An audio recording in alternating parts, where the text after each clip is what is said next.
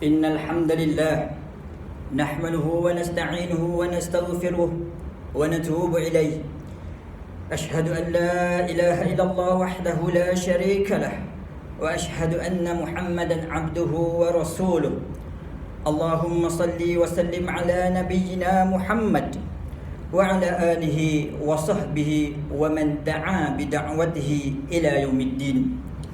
أما بعد، فيا عباد الله اتقوا الله، أوصيكم ونفسي بتقوى الله وطاعته لعلكم تفلحون. أعوذ بالله من الشيطان الرجيم.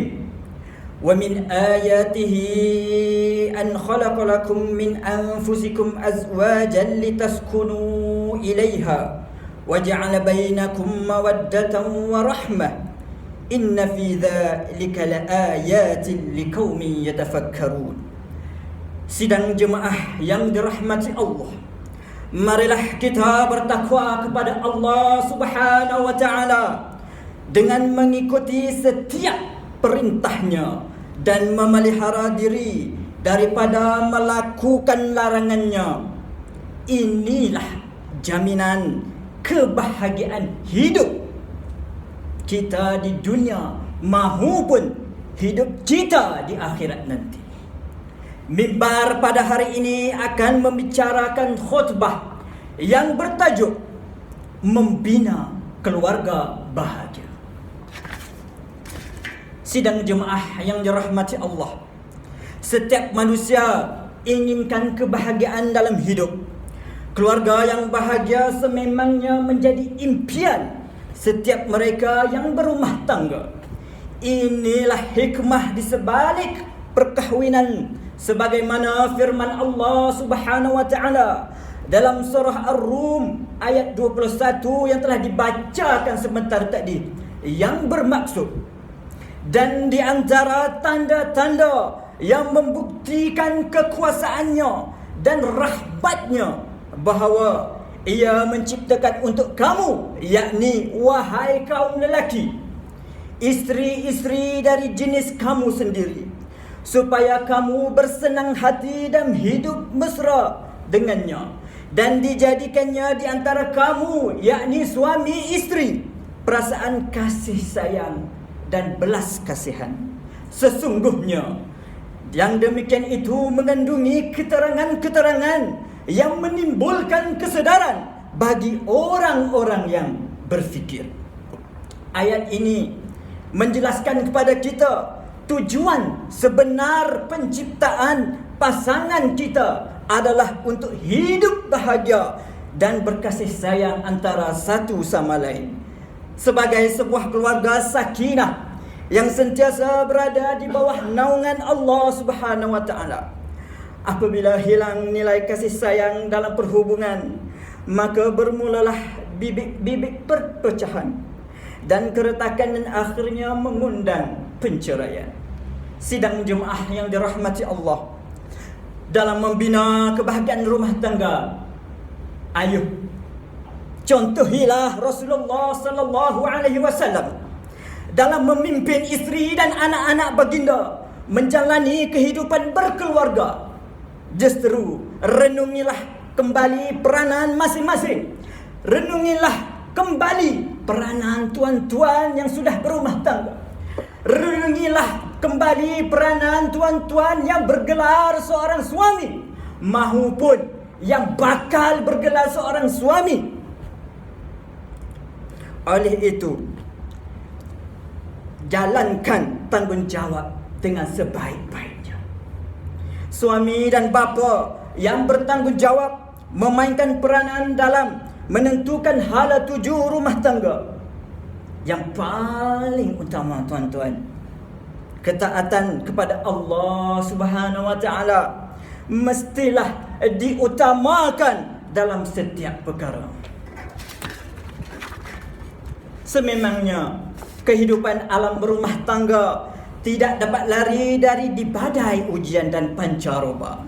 Dalam menghadapinya, suami maupun isteri mestilah saling sayang menyayangi, saling memahami, saling berkongsi, saling memberi, saling menjaga dan saling memaafi setiap kesalahan, dan 1000 kebaikan yang telah dilakukan.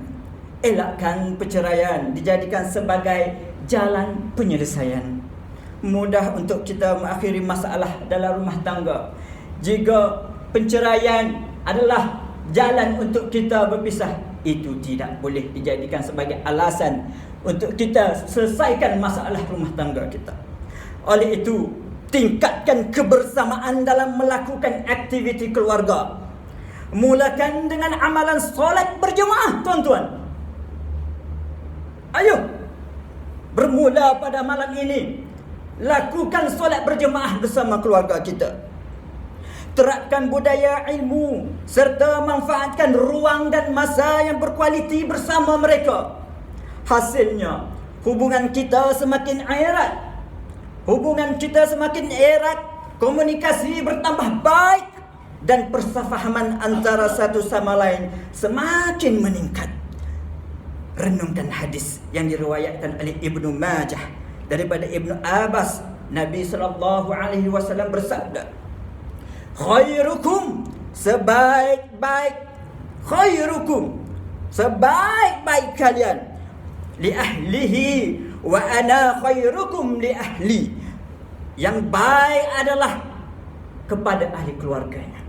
Saya ulang sekali lagi, sebaik-baik kalian, sebaik-baik kita adalah yang baik kepada ahli keluarganya. Dan aku, yakni Nabi Muhammad SAW, merupakan yang terbaik dalam melayan ahli keluarganya. Itulah qudwah hasanah yang harus kita terapkan dalam diri kita sebagai seorang pemimpin keluarga. Mengakhiri khutbah pada hari ini, marilah kita sama-sama mengambil peranan dan tanggungjawab dalam membina keluarga bahagia. Hayati firman Allah Subhanahu wa taala dalam surah At-Tahrim ayat yang ke-6. A'udzu billahi minasyaitonir rajim. Ya ayyuhalladzina amanu qu anfusakum wa ahlikum nar wa quduhan nas wal hijarah 'alaiha malaikatun ghilazun shidadun la ya'suna Allah ma amarahum wa yaf'aluna ma yu'marun. Shadaqallahul azim. Yang bermaksud, ayat Quran yang terakhir yang ingin saya bacakan ini, marilah kita hayatinya. Wahai orang-orang yang beriman, peliharalah diri kamu dan keluarga kamu dari neraka yang mana bahan-bahan bakarannya yakni manusia dan batu berhala. Neraka itu dijaga dan dikawal oleh malaikat-malaikat yang keras kasar layanannya. Mereka tidak menerhaka kepada Allah Subhanahu wa taala dalam setiap perintahnya kepada mereka. Dan mereka pula tetap melakukan segala yang diperintahnya. Allahu akbar. Barakallahu li wa lakum bil Qur'anil azim wa nafa'ni wa iyyakum bima fihi minal ayati wadh-dhikril hakim. Wa taqabbal minni wa minkum tilawatahu innahu huwas samiul alim. أقول قولي هذا وأستغفر الله العظيم لي ولكم ولسائر المسلمين والمسلمات والمؤمنين والمؤمنات الأحياء منهم والأموات فاستغفروه إنه هو الغفور الرحيم.